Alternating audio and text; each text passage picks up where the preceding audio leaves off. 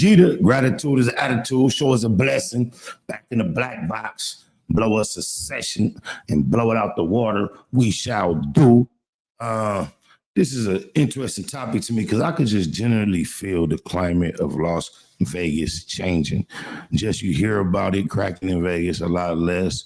When you actually do have the opportunity to be there, the feeling of excitement of people just flooding the place is not there. It seems extremely deserted. And I remember saying something about that I heard an official report that Vegas is not doing as well as it has traditionally done. Somebody got in the comments quickly with me. However, I ran across this story. Y'all seen the title, the thumbnail, the casinos is empty, y'all. People is not playing with their paper. They finally realized a house always win. The thrill of gambling is right in your hand with prize picks. You can buy a scratcher, a mega pick. And I don't think people have a lot of surplus cash to be playing they did in the past. But it's a pretty long video. I'm quite sure we won't stay to the whole thing. But with no further ado, let's see what they say them casinos in Vegas have been up to. Well, in a word, why do you come to Las Vegas? For fun and relaxation. I think this is one of the last places really left that you can have, well, see entertainment and just do what you want to, really. Las Vegas used to be the place you went to chase excitement, fortune, and the dream that maybe tonight would be your night. But today, walking onto a casino floor doesn't feel exciting anymore. It feels like walking into a giant trap. Man, I swear, easy. I haven't heard one word of this video, and that's already what I was saying in my intro. That's crazy. Stick with me, because I'm going to break down the 7 biggest reasons why nobody wants to gamble in Las Vegas casinos anymore. And when we get to reason number 3, I'll share some shocking facts about how the mob actually treated gamblers better than the billion-dollar corporations that run Vegas today. I even dug into interviews from the 70s, people who lived through that era, and what they said about how gamblers were treated back then will absolutely blow your mind. If you've ever felt like Vegas just isn't worth it anymore, you're not alone. Let's get into it. Reason number 1, millionaires welcome. Middle class, please don't come. Vegas used to be the place where anyone could feel like a high roller, even if you only had a couple $100 to spend. The casinos wanted you there, funny enough, especially when the mob ran things. They lured you in with cheap hotel rooms, $5 blackjack tables, and buffets that cost less than a movie ticket. You didn't need to be rich to enjoy Vegas, but today, that city doesn't exist anymore. Las Vegas in 2025 has transformed into a luxury playground designed almost entirely for the super rich. Start with the hotels. It wasn't long ago you could snag a strip room for $49 a night. Now, even basic rooms run $200 to $400 before resort fees, parking, and taxes. I ain't gonna lie, traveling the world with G-Unit got me spoiled. I 49, nothing, never 5-star, nothing with me. I'm coolly. Those resort fees are basically... There's some 4 stars that I will deal with, but you gotta be real careful with them 4 stars. Looking online, when you get there, you might look like wah, wah, wah. Yeah, you gotta do this. I'm gonna make sure I go check and see if that works. I got it. Oh wait, I ain't got it on. Let me try it again. Note to self, after this, go check at this time mark to see if that works. Legalized scams, adding $40 to $50 a night just for things like Wi-Fi and gym access you probably won't use. A simple weekend suddenly costs as much as a real vacation somewhere else. The same story plays out with food. Remember those famous buffets? They've either been shut down or turned into overpriced gourmet experiences. That $9.99 steak dinner? Gone. Today, dinner for 2 can easily run $150 to $200 even at casual restaurants. They didn't switch it up. Vegas used to feed you cheap so you keep gambling.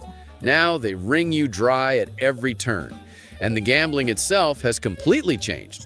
$5 blackjack tables are practically extinct on the Strip. It's turned into the model of a amusement park. I never understood why amusement parks could justify $1 water being $4, a $2 hot dog being $12, and how the movies did it. I never understood why that was cool or fair. Like, why the prices capable of doing this like that for prices.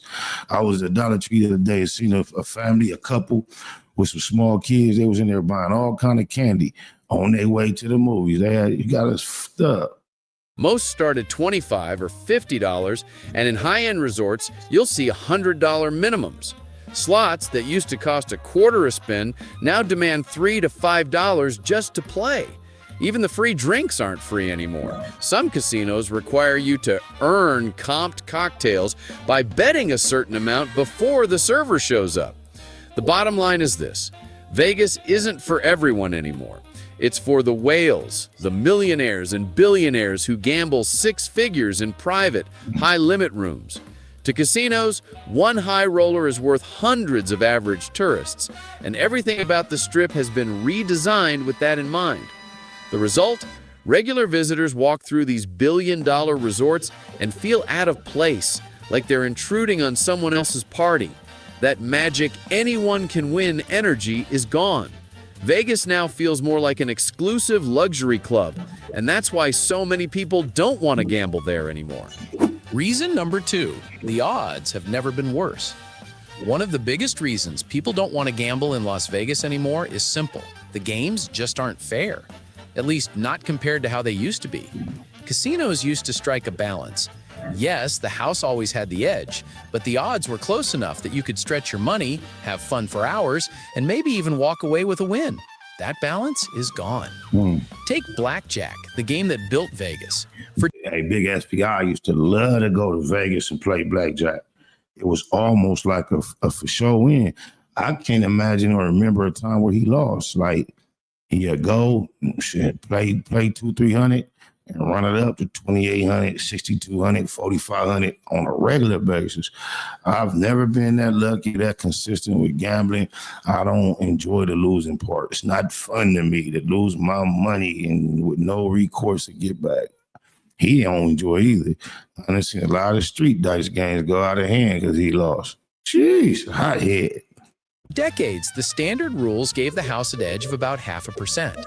That meant with a little luck and some smart play, you could keep yourself in the game for a long time. But on the Strip today, most casinos have quietly switched to 6 to 5 blackjack.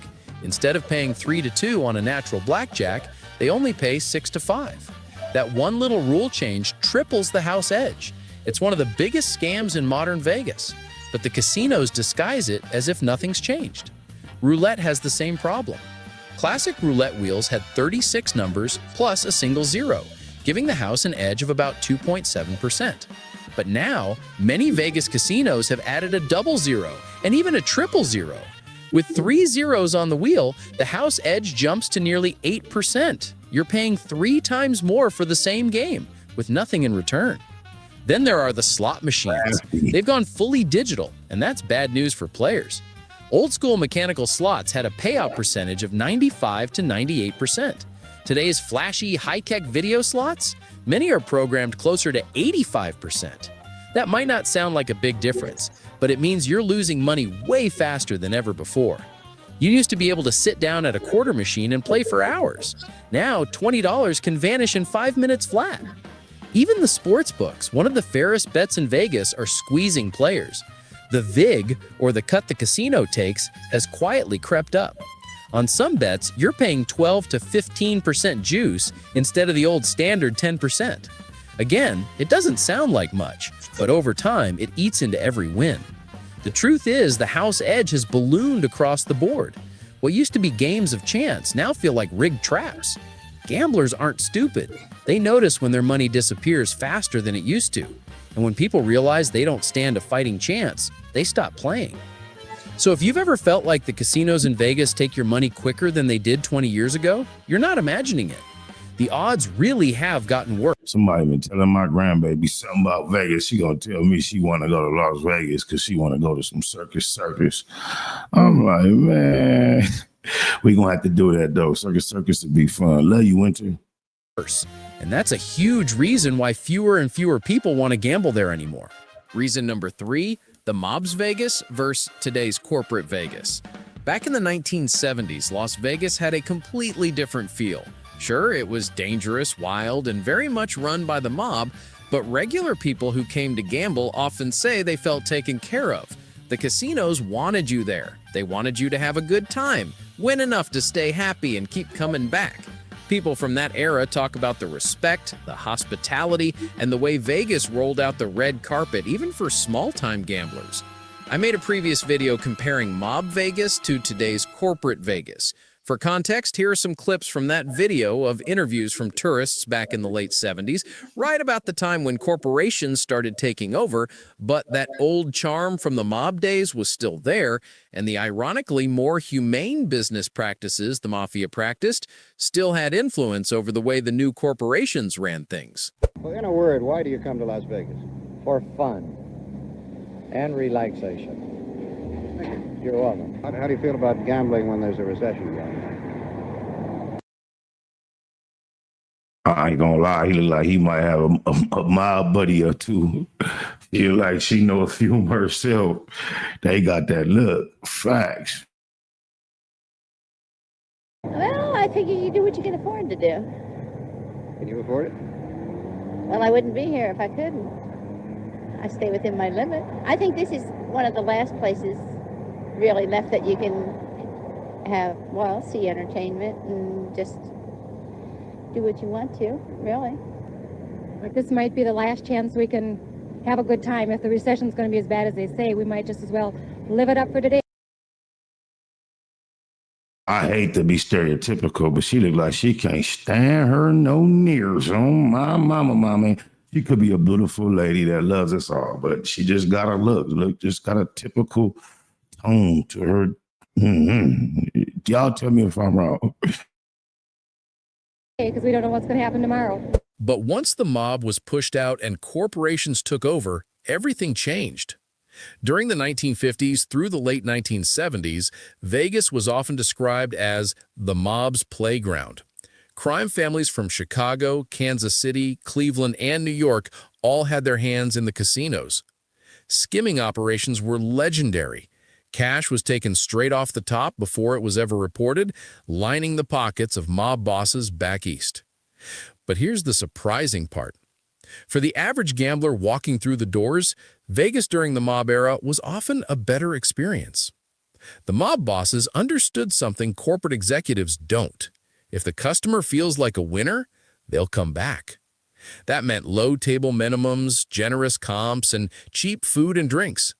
Buffets were basically giveaways. Hotel rooms were dirt cheap, and anyone who played at the tables got treated like family. The mob may have been ruthless behind the scenes, but they understood hospitality better than the billion-dollar corporations do today. Old-timers will tell you, in the mob's Vegas, respect mattered. Dealers treated you with class. Cocktail waitresses made sure you always had a drink. Even security gave you a sense of safety because nobody wanted trouble inside the casino. And if you did cause trouble, the mob dealt with it quickly. Stories are everywhere about cheaters or unruly guests being escorted to the back room and taught a lesson. It sounds brutal, and it was, but it also meant that the gambling floor itself felt safer. No one dared pull a scam at the blackjack table or harass other guests. Ironically, what was terrifying behind the curtain often translated into a smoother, more respectful experience out front. When the government cracked down in the late 70s and 80s, corporations took control.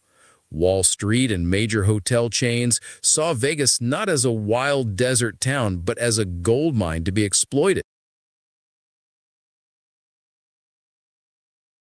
What was that? Goodfellas with Sam Rothstein? I think that was Al Pacino that played with Danny DeVito when y'all know that when he was running the casinos, but he was clout chasing too. Before clout chasing was clout chasing, they had to do something bad to him.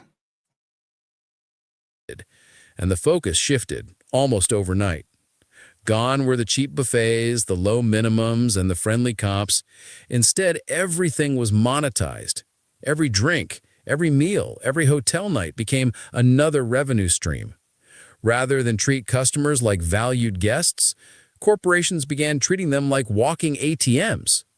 And unlike the mob, corporations didn't care if you came back happy. They only cared about extracting as much money as possible right now. That's why you now see $25 minimum blackjack tables, $50 resort fees, and $20 cocktails. Not because it's good for the customer, but because it's good for the quarterly earnings report. Here's the irony. People today look back at the mob era with a kind of nostalgia. It wasn't perfect. The mob was violent, dangerous, and corrupt, but gamblers felt like they got something back for their money. Crazy. You could walk in with $100, play for hours, eat and drink well, and leave with memories of being treated like royalty. Today, that same $100 disappears in 15 minutes at the slots, and you'll be lucky to get a single watered-down cocktail before you're ignored by the servers.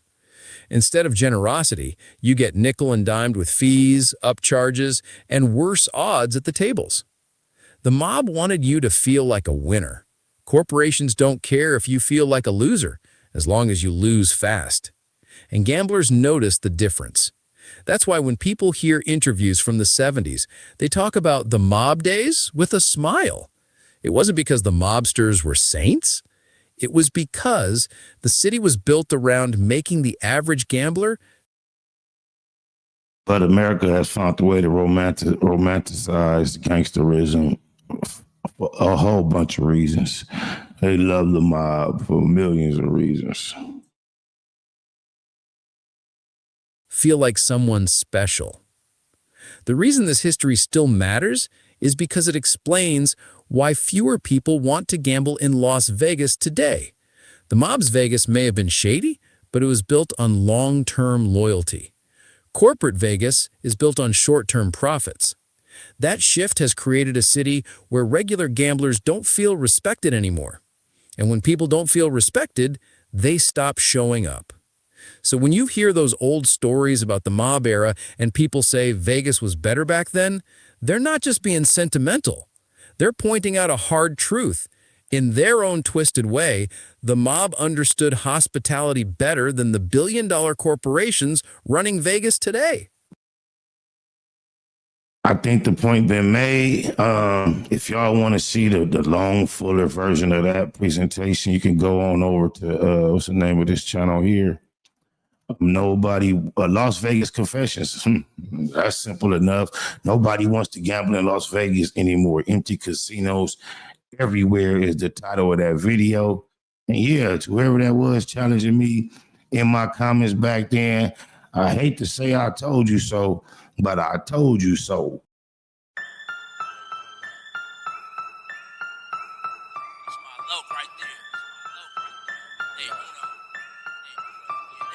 That's my day uno. Only me and him in his two-door Benz. That's my bro. We don't call each other friends, day uno. Even ride with me to the end. Even let me have the last shot at him. That's my day uno. We stay cracking. And when I die, he one of the niggas carrying my casket. Gang bang active. Really with the shit, stay banged up. My day one ain't never changed up. That's my day uno. Niggas know it since day uno. For rare recitors, and I'ma say puto. And I mean that with all due disrespect to the ops off tops if you diss the set. This man though, I go half on the sack with him. Double back on foot with the Mac with him. Cognac, that's what my joint drank, period. I done seen him do it point blank. Neighborhood for death though, EC on mine. Every time, still give my nigga 3 up high. When it's cracking, he usually a trip before me. In 03 introduced me to Nip. Got a lot of politics between the two turfs. Choose to keep it mafia like Blue Smurf. Half the time, I don't even like her.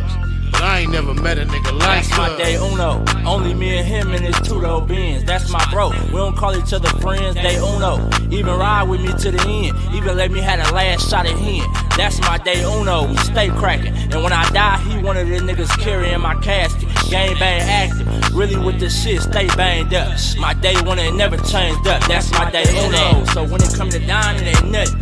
Killing ain't shit either. Enemies know we stay hunting. We know it's wrong, but we love it. Where you wanna take it? We in the streets. We don't mind a little confrontation. combination, whole lot of gunplay with me and my low.